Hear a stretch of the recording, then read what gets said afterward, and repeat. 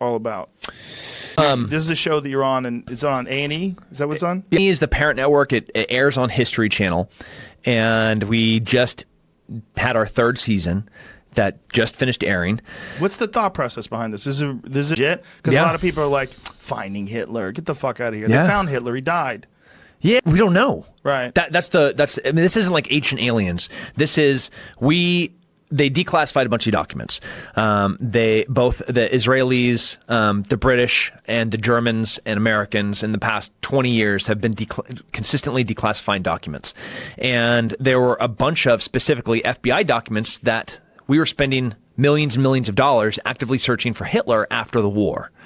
Really? Yeah, like millions of dollars. Like Hoover was like, no, send more FBI agents to South America, to North Africa, go to the Canary Islands, go to Spain, trying to find out where this guy went.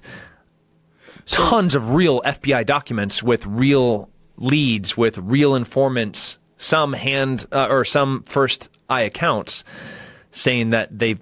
So anyways, that's the show, is us trying to find out, sift through reality and the fiction of the allure, the mystery of that asshole. So what's the official story? The official story is that he killed himself, right? Yep. He killed himself in the bunker with Ava Braun. Yep. And is there any photographic evidence of his death or anything? Yeah. So the Russians got the body, and they got his skull. And when they brought it back to Moscow, nobody has ever been able to independently verify who and what this body is. They let one genetic test occur, and the body with the bullet holes that they said was Hitler, and have said, and that's the narrative, that's the story, that's all the eyewitness accounts that are even in the vicinity of collaborating with each other, and corroborating each other's testimony. Like the closest version, because none of it seems to be very accurate, is that, okay, here's Hitler's skull, and when they did the genetic testing, it's that of a 35-year-old woman. So they're like, oh, well, this isn't Hitler, but they've said for the past 80 years that this is Hitler. So, okay, first, before we start throwing stones at Russia, let's go back to 1945, April, in Berlin. You have the Allies coming in, wrecking shop, dropping bombs, blowing everything up they can in every single which way. You have the Russians coming in from the opposite direction. They don't even have enough guns to arm all their soldiers. So if they have 200 guys, or 200,000 guys, they have 100,000 guns. If the guy in front of you dies, you just pick up his gun. That's what's happening in April of 1945 in Berlin. So the noose is tightening. There is it is chaos, anarchy, pandemonium. This is hell on earth, is Berlin, 1945. So I don't know if you could get a real story, the way that we do it now, where we have, this forensic experts that come in and document everything, and we look at all the different testimonies, say this is exactly how. It's not CSI. This is 1945 Berlin. It's crazy. So I don't know. So there was no absolute proof. No. And a lot of Nazis did escape and go to South America. The majority of anyone with power. The Nuremberg trials were not a witch hunt, but it was to close a chapter so we could start moving forward with communism. That's what it was. The threat of fascism, the threat of Hitler, the threat of killing all the Jews, the threat of world domination by the Nazis, that threat's gone. What's the next threat? Communism. It's communism. Right. So that had to be a closed chapter of our history, so we could focus our resources and our efforts to what inevitably was going to. The wall goes up. We have East and West Berlin. We're already looking at Korea. This happens almost overnight. Right. Very quickly. When Patton's like, no, homies, we need to go all the way to Moscow. This is not the end of our war, and we didn't listen to him. We then have been, fighting communism for the past 75 years. So the ones with power that went to South America, I know a bunch of them went to Argentina, but they think they went to Honduras and a few other places. Mm-hmm. Where do they think they wound up? You had in South America, both Chile and Argentina back-to-back had fascist regimes. You had Perón, who was part of the Nazi Party starting all the way back into the mid-30s. He's the president of Argentina.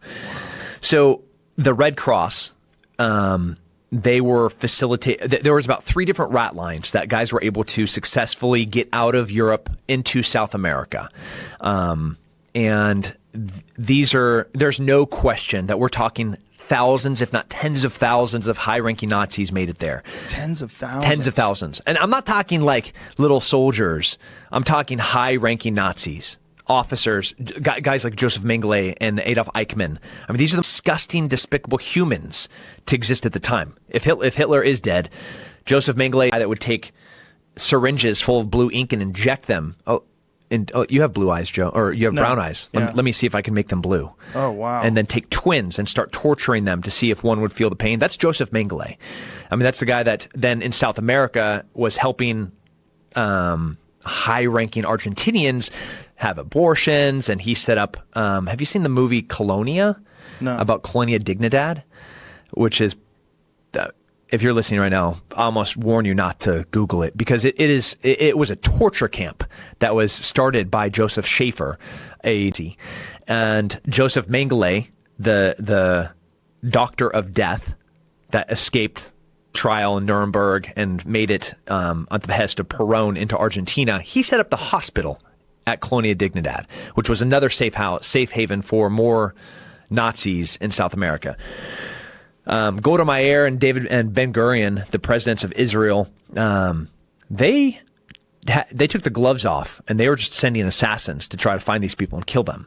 But what you got in South America were isolated German-only communities. You could go into Bariloche, Argentina, and I'd be like, "Buenos dias, amigos," and they're like, "Guten Morgen." I'm like, "Oh, yeah, I meant good morning. Yeah, sorry, it's 2017, right? I thought we spoke Spanish here." So in 2017, you were there, and they were speaking German. Yeah. Whoa. Yeah. I don't look I might look more European than I do. So it's just them seeing me walking down the street and be like, wow. Tons of communities. I mean, if you go to Colonia Dignidad, which is now called Villa Bavaria, the Bavarian village, it is only German.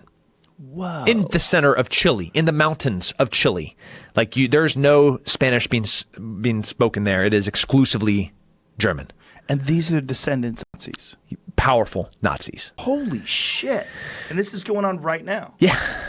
Yeah. And what are these communities like? I mean, what's their ideology? Are they... I mean, they're pretty white. Yeah, but are they like... do they espouse Nazi values? Or not openly. So Colonia Dignidad, if you look at the second generation, there's a bunch of...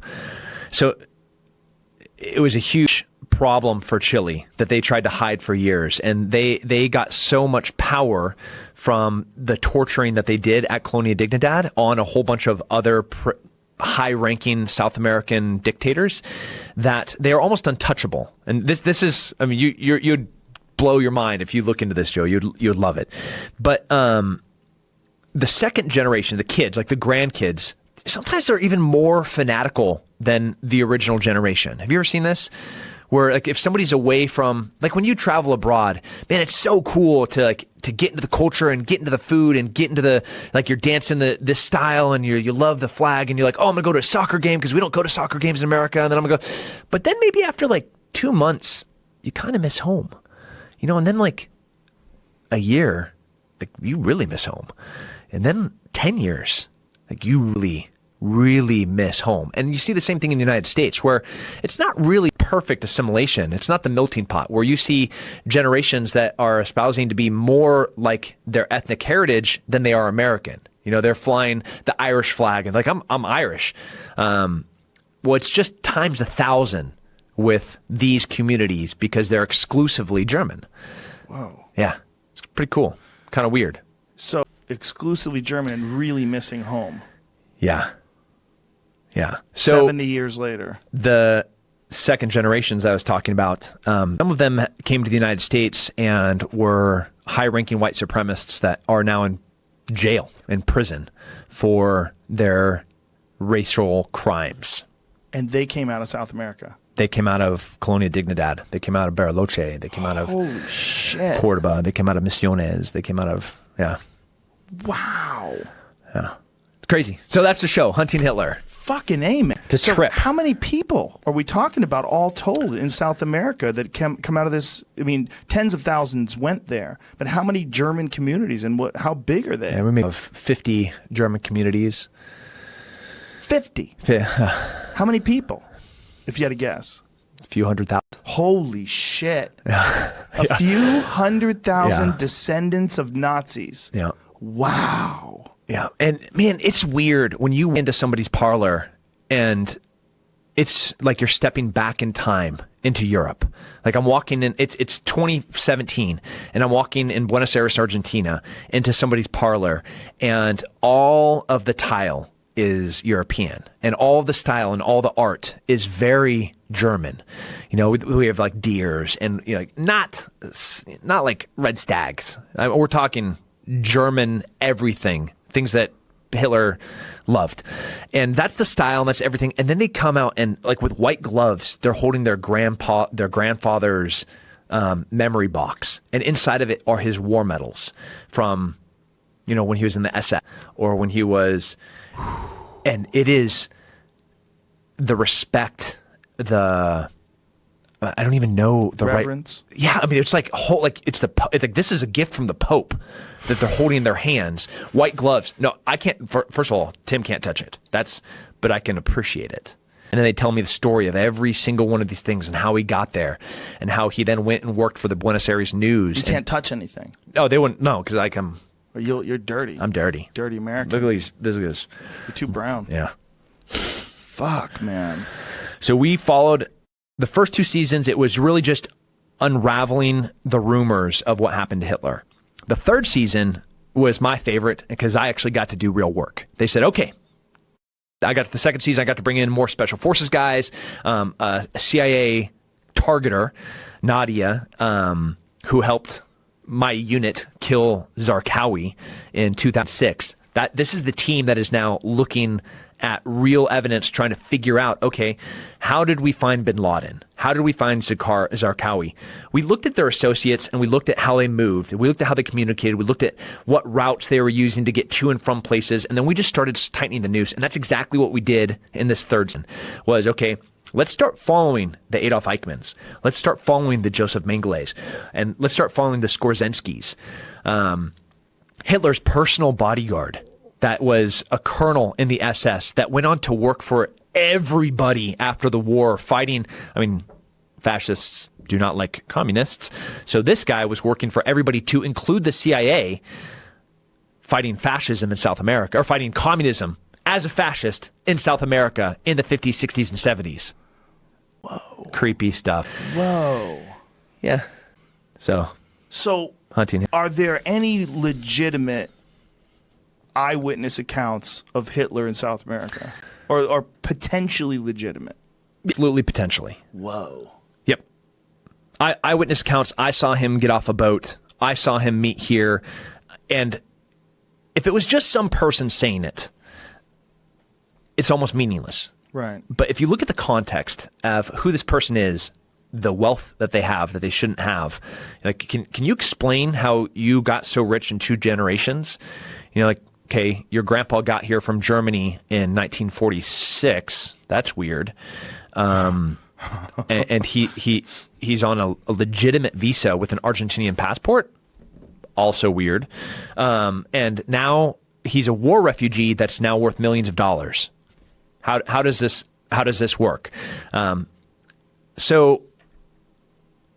But people, and then this is the hard part, people want to be connected to significant events. And especially in small rural areas of the world, developing areas, like there's so little happening. They want to be attached to something massive, and like the fact that they saw a U-boat land on this beach, and the hatch opened, and these cars were sitting there and they were doing Morse code, and this guy gets off and he had this little mustache. You're like, well, but U-boats can't beach. That's not how that works. Right. And but what they're trying to do. They just want to be connected. Yeah. So, and now we're removed 70 to 80 years from the facts. It has been painful to try to use real science, real investigative tools to try to sift through this lore, you know? What do you happen? I mean, you've been studying this for how long now? Years. 3 years. Yeah. If you had like $1 million, you got to put it on one side or another. Did he go there? Yeah. Whoa.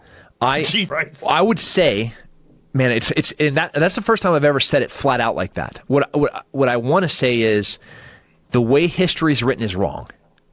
That's clear. There's no way that we can say he died on this day. This is what happened. Here is his body, and so that's what the physical is for sure. The woman that head that they were saying was Hitler is definitely not Hitler. It was absolutely not. That's they don't have Hitler's body. So then our option was, okay, is it Eva Braun's? Did they just grab the wrong body? Right. So there are still descendants of Eva, and we tried to have them allow us to do it. Then we tried to go through like. And they DNA off of the skull? Yeah. Eat on it? No, it's like a tooth. Yeah. Okay. And but they wouldn't consent to it. So then we tried to do, you know, like where people have like the tree, their ethnic tree. Yeah. What is those websites called? 23andMe? Yeah. There's like a bunch of them. Right. We tried to go that route, but they wouldn't get to it. No. The Eva Braun's family. No, they just want it gone. They just don't want to. Yeah. They're super pissed that we even found them. I'm sure. Which was hard. Which was really hard. Just hold on, get them to spit in a bucket. Yeah. I know. I mean, pull stuff out of there. No, I would totally not do that. But I mean, that's how the Golden State Killer, right? It was off of a cigarette butt. Yeah. They got DNA off a cigarette butt. So he's wrong.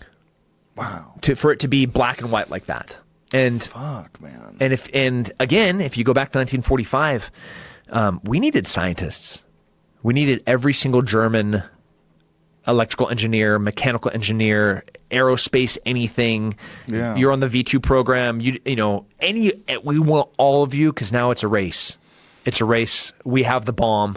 Now we need delivery systems. Now we need to get to the moon. Now we need to, you know, like all of those things are real time. It's a war of dollars and a war of science. And we got all those scientists. Yeah.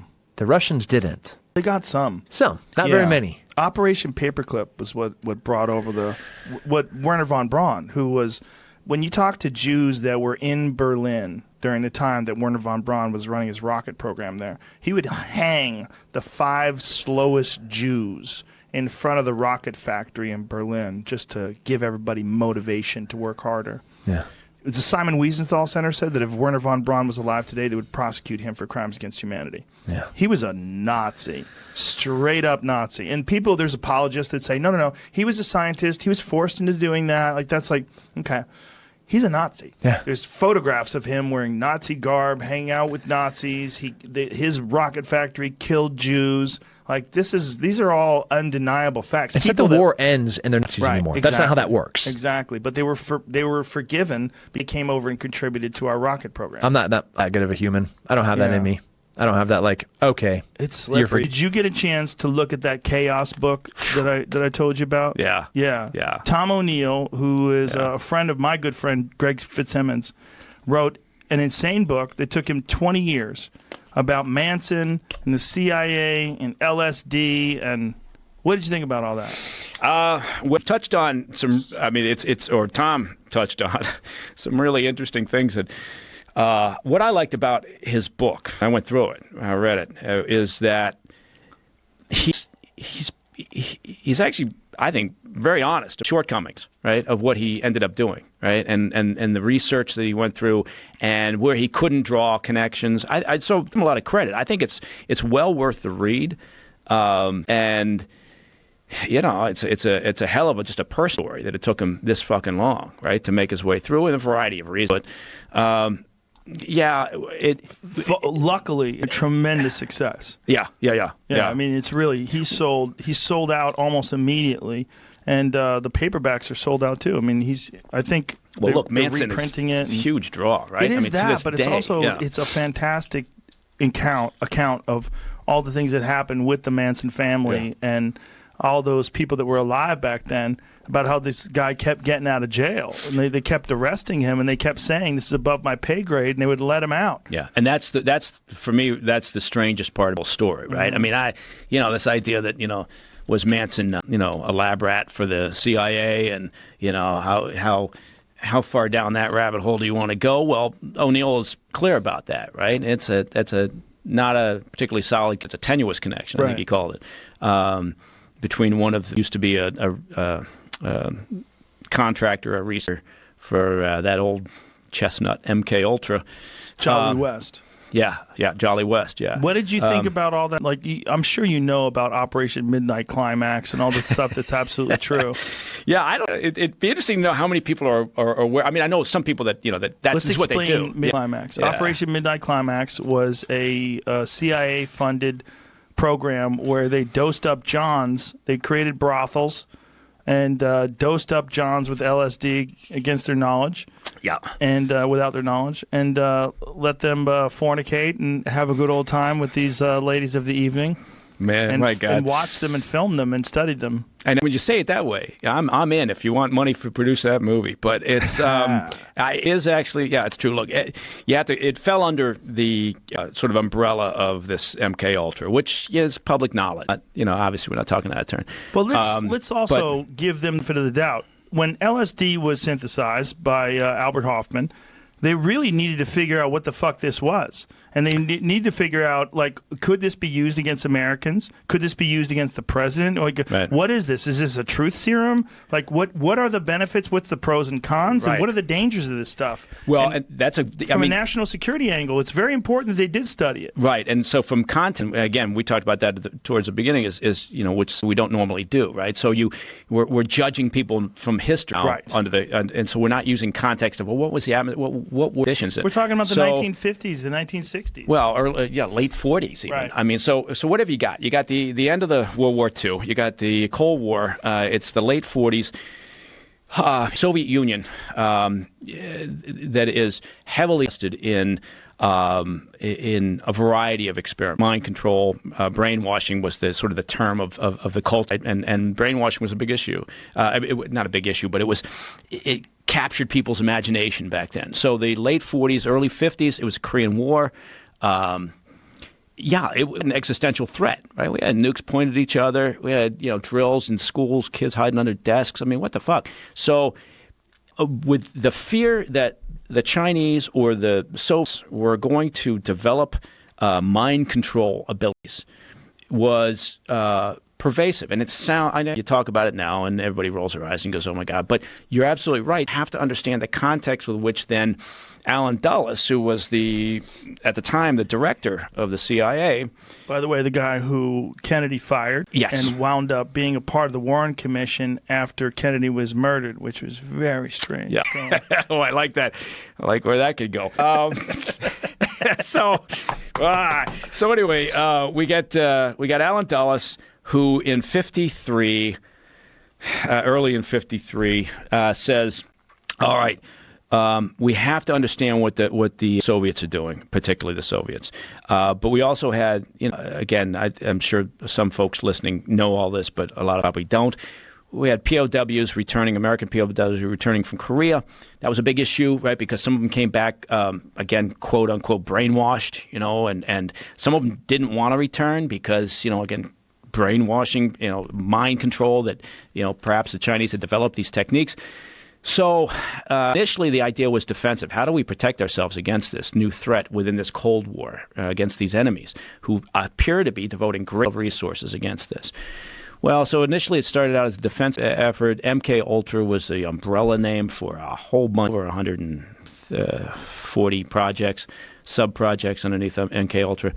And it was all based around chemical substances, use of chemicals, use of drugs, behavioral issues with human beings, creating false memories, deleting memory, influencing the behavior, again, of individuals.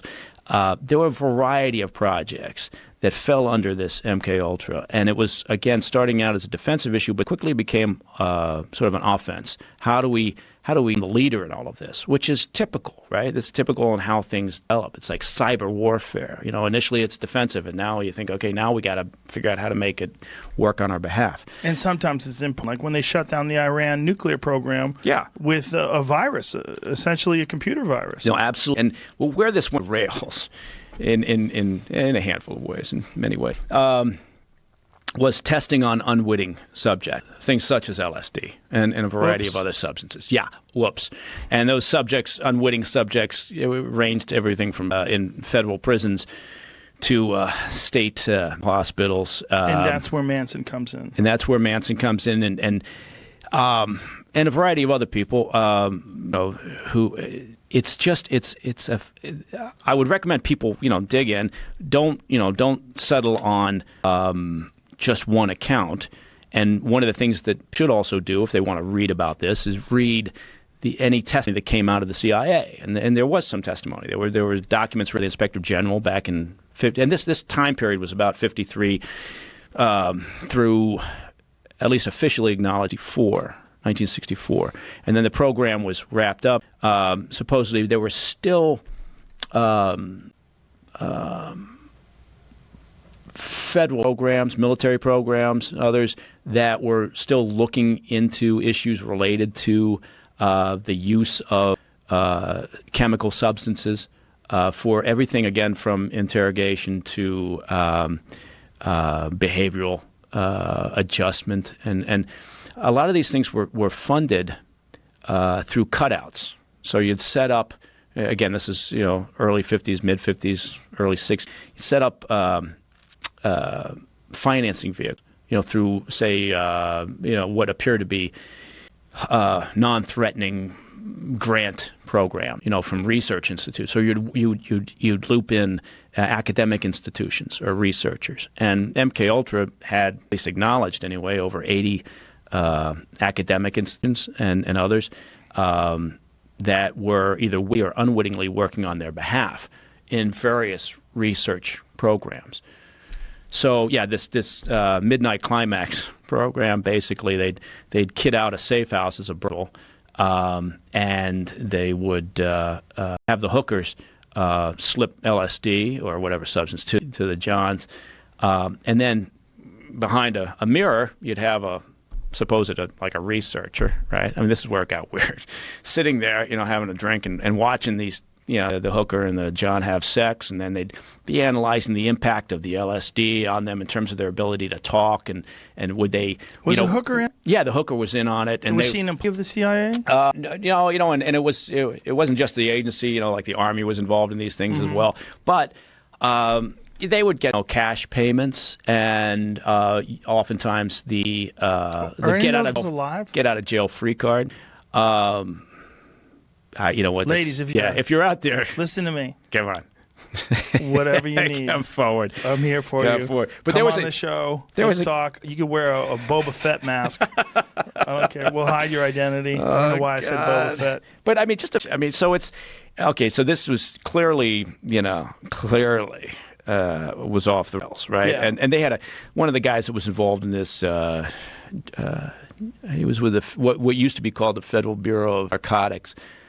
A guy named George White, was involved in like the San Francisco cat house, and according to the stories, he'd sit there and with a beanie in his hand and watch the couple have sex, and then he would have like prepped the hooker to say, okay, after sex, now this appears to be the best time to get them talking, so ask them about their job and let's see if they'll talk about their job. The idea being, could we influence and entrap potential assets overseas for operational reasons? Was there some use, for operational purposes? But basically, it was just, George getting his rocks off, watching couples having sex, and very, very strange shit. But you're right in that, and so again, this went on till '64. MK Ultra, interestingly enough, not to spend too much time on it, but Richard Helms was the director at the time in the early '70s. And he and a guy named Sidney Gottlieb, who was the head of technical services of the agency, they agreed that the smart thing to do in '73, before Richard left and Gottlieb left the agency, was to destroy all the records. So they purged all the records of MK Ultra that they thought existed. This was in the Church Committee back in 75. And then 76, I think it was, they found a bunch of financial records, that had not been purged because had been kept, audits of, and again, you're talking about like 149 sub-projects of MK Ultra. So you can imagine each sub-project has its own accounting, and you got to turn in your receipts for the LSD that you bought or the hooker you paid off or whatever. So here's my receipt. Can I have my $12 or whatever you paid for a hooker back then? And so probably $12. But they found some financial records, and so that became then a matter of another investigation up on the Hill. And Stansfield Turner, the time the CIA director, testified at that point. And that's why I brought my up, is because Stansfield Turner's testimony is actually pretty interesting as far as MK Ultra goes. And he talks about, we've attempted to group the activities covered by the 149 projects into categories under descriptive headings. In broad outline, at least, this presents the contents of these files. The headings of the categories of all these various projects that ran under MK Ultra, and this gives you a pretty good sense of what they were doing at the time. Research into the effects of behavior drugs and or alcohol.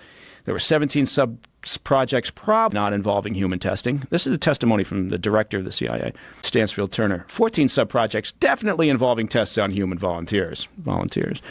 19 sub-projects, including tests on human volunteers. While not known, some of these sub-projects may have included tests on unwitting subjects as well. While not known. And then 6 sub-projects, definitely involving tests on subjects. Research on hypnosis, acquisition of chemicals or drugs, aspects of magician's art. No. What? Magician? Like slipping him a Mickey or something. How do you do that? Sleight of hand. Studies of human behavior, sleep research, behavioral changes during therapy, motivational studies, studies of defectors, assessment and training techniques, polygraph research, fund mechanisms for MK Ultra external research activity, research on drugs, toxins, and biologicals in human tissue, activities whose objectives cannot be determined from available documentation.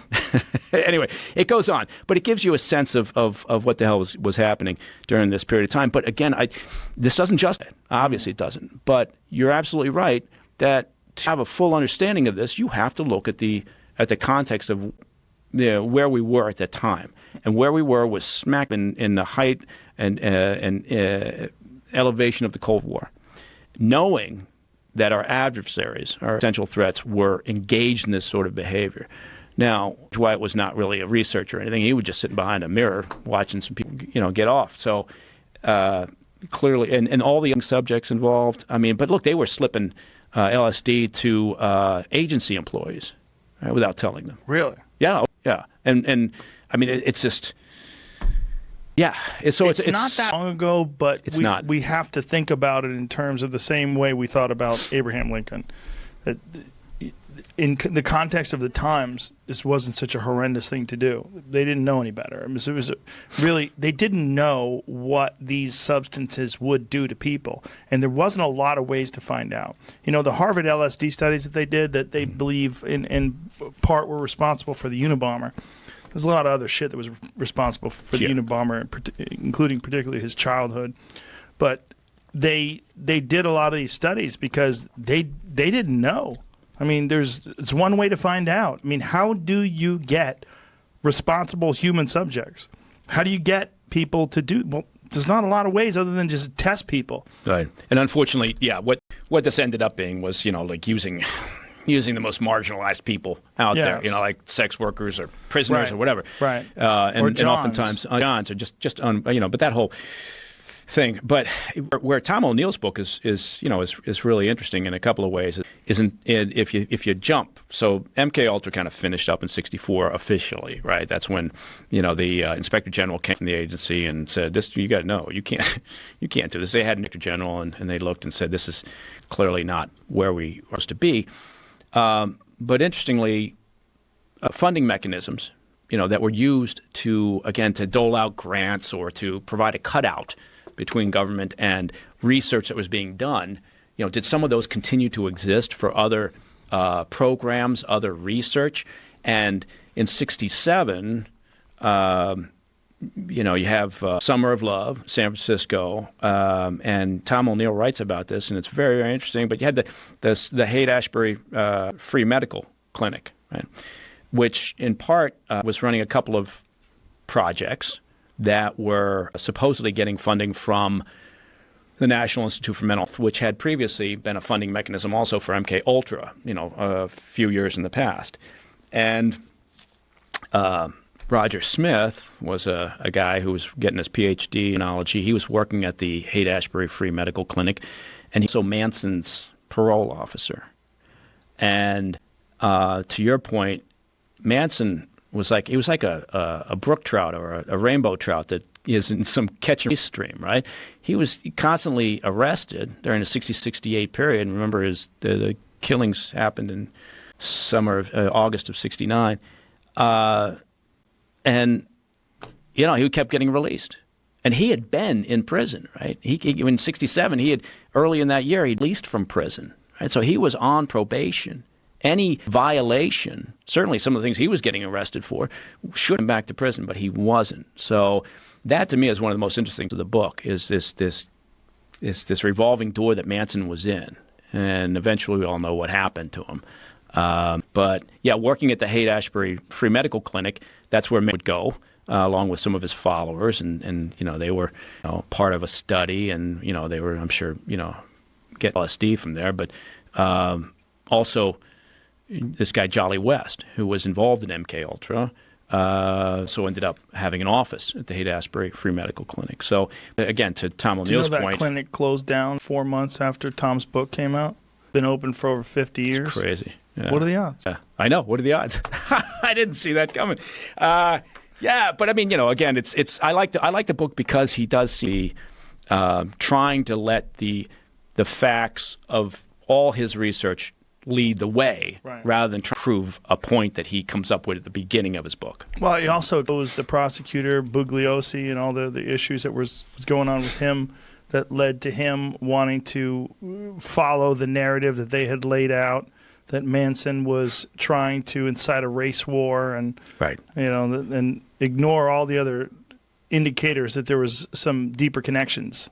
And was Manson was he for the Bureau or for local law enforcement or some other outfit? That's hard to tell. Hard to tell, but it's compelling in light of the fact that he kept getting released. He seemed to have a get out of jail free card. He also have an unlimited supply of acid.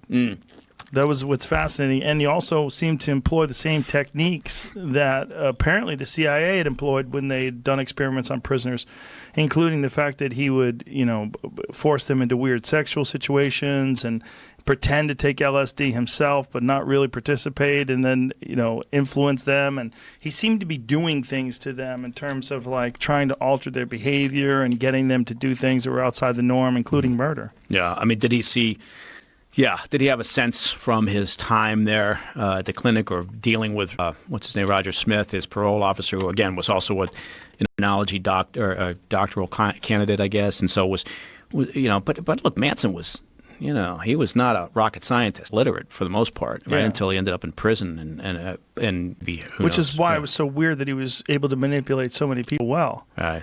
But it was also, it's like, he was the perfect guinea pig. I mean, you're talking about a guy who spent half his life in federal penitentiaries. Yeah, and also you're putting it in context of the time. What else did you have going on? You had sort of this, I guess, awareness of the impact of LSD on the counterculture, right? So you had federal agencies like the Bureau, for example, worrying about, oh my God, what's the, what are these hippies going to do next? Right. They were worried, obviously, about the Black Panthers, but it was also more than that. It was the again, anti-war movement. Yeah, just the general counterculture and the impact of drugs on it, and so it's a fascinating. I think it's a very interesting read, and I think it's worth the read because, again, he's spent so much time trying to make. Yeah, it's a crazy story, and if you haven't heard the podcast, please listen to it with Tom